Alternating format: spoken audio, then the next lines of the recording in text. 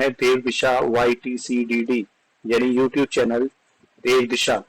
इससे पिछले वाले 2 वीडियो में हमने कोठारी आयोग पे कुछ फैक्चुअल पॉइंट्स को डिस्कस किया था और उसके बाद कोठारी आयोग की दूसरे वीडियो में हमने कोठारी आयोग की सिफारिशों के बारे में भी डिस्कस किया था। अब इनके बाद आज के वीडियो में हम आपको जो है कोठारी आयोग से संबंधित एक प्रश्न पत्र, हैंड रिटन प्रश्न पत्र के बारे में प्रश्न पत्र के को डिस्कस करेंगे और आपका जो है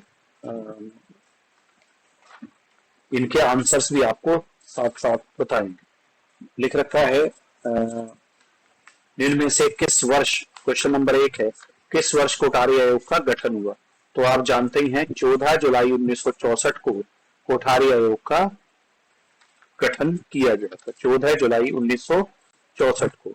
और सेकंड क्वेश्चन है निम्न में से कौन सा आयोग सर्वप्रथम गठित हुआ? तो अगर आप देखेंगे तो सबसे पहले इनको हम देख लेते हैं।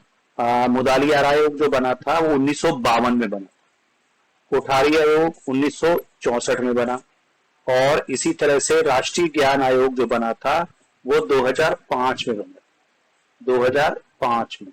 इस तरह से, और लास्ट का जो आयोग लिख रखा है हंटर आयोग, ये अंग्रेजी शासन काल में बना था 1882।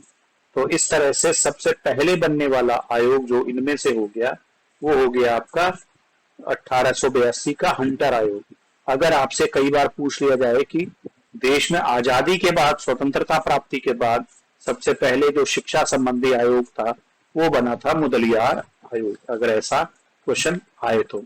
लेकिन फिलहाल इसमें आपका सीधा सीधा पूछा है कि कौन सा आयोग सर्वप्रथम गठित हुआ, तो इसमें हंटर आयोग 1882 में गठित हुआ। इसके बाद देखोगे राष्ट्रीय शिक्षा आयोग के अध्यक्ष दौलत सिंह कोठारी, राष्ट्रीय शिक्षा आयोग यानी कोठारी आयोग, उनके अध्यक्ष दौलत सिंह कोठारी, इनका संबंध किस संस्था से था? तो आप जानते हैं ये संबंधित थे यूनिवर्सिटी ग्रांट कमीशन यानी आपका विश्वविद्यालय अनुदान आयोग के ये आप चेयरमैन थे। इसीलिए आपका इनका प्रश्न का आंसर आ जाएगा कि ये यूजीसी से संबंधित थे। अब कोठारी आयोग ने अपना प्रतिवेदन किस वर्ष या किस तिथि को सौंपा था? तो इसका आंसर है 29 जून 1966, 29 जून 1966, 29 ऑफ द जून 1966 को इन्होंने अपना प्रतिवेदन जो तत्कालिक शिक्षा मंत्री थे MC छांगला उनको सौंपा था। अगला क्वेश्चन है देश के भाग्य का निर्माण उसकी कक्षाओं में निर्मित हो रहा है, यह कथन किस आयोग के प्रतिवेदन का शुभारंभ वाक्य है? तो ये जो शुभारंभ वाक्य है ये है आपका कोठारी आयोग का। कोठारी आयोग के पहले जो रिपोर्ट थी उसमें पहली लाइन ही आप ये वाली मिलती है। इसके बाद अगला है कौन सा युग्म आयोग गठन, इनमें से कौन सा युग्म, युग्म मतलब कैसा आयोग और उसके गठन वर्ष का सुमेलित नहीं है। इसमें कोठारी आयोग देखेंगे आपका 1964 में बना, बिल्कुल सही है। और आपका जो है नेक्स्ट है मुदलियार आयोग, ये आपका 1952 में बना, ये भी सही है। राष्ट्रीय ज्ञान आयोग 2005 में बना, ये भी सही है। तो आपका इसमें आंसर लास्ट दे रखा है उपयुक्त सभी सुमेलित है। तो आप कह सकते हैं कि ये सारे के सारे ही सुमेलित हैं, कोई भी सुमेलित जो असंगत नहीं है एक दूसरे से। कोठारी आयोग का गठन 14 जुलाई 1964 को, मुदलियार आयोग आपका 23 सितंबर 1952 को और राष्ट्रीय ज्ञान आयोग 13 जून 2005 को गठित किए गए थे। तो ये सभी ही सुमेलित है। कोठारी आयोग ने इनमें से किस सिफारिश या किसे अपनी सिफारिश या प्रतिवेदन प्रस्तुत किया?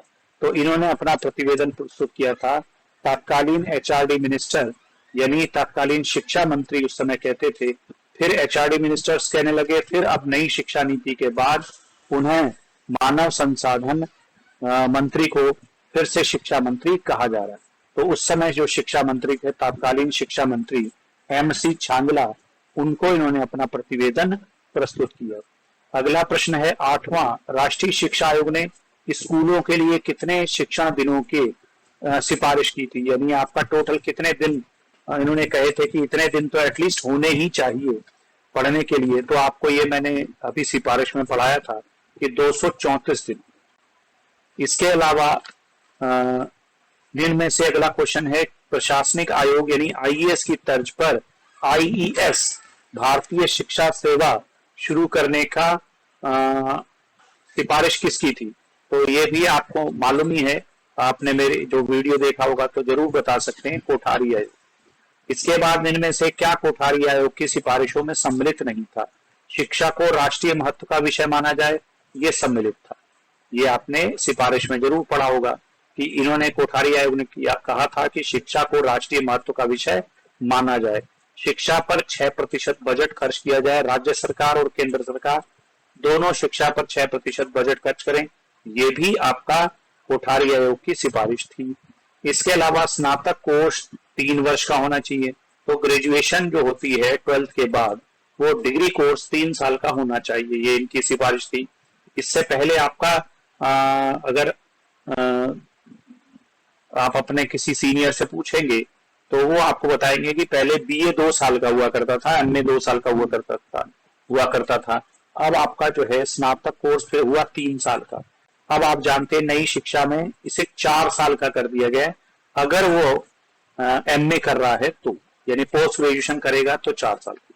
शैक्षिक अवसरों की असमानता को बढ़ावा देना, यही सिफारिश आपका शामिल नहीं थी या असंगत है इसमें, जबकि सिफारिश इससे उल्टी थी, शैक्षिक अवसरों की समानता को बढ़ाना था, ना कि असमानता को बढ़ाना था।